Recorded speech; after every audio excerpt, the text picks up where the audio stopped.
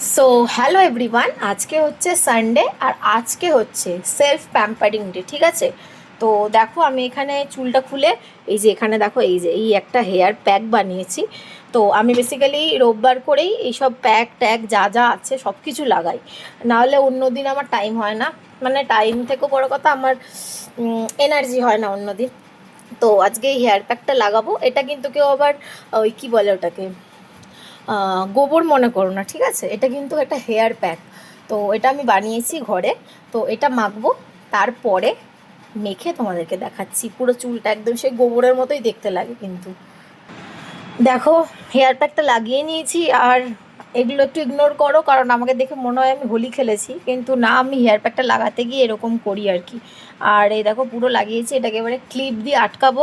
Main আমি সামনেটাতেই বেশি focus করি, কারণ ন্যাড়া হয়ে যাচ্ছি গাইস। আর পিছনটা একটু অল্পই দিই।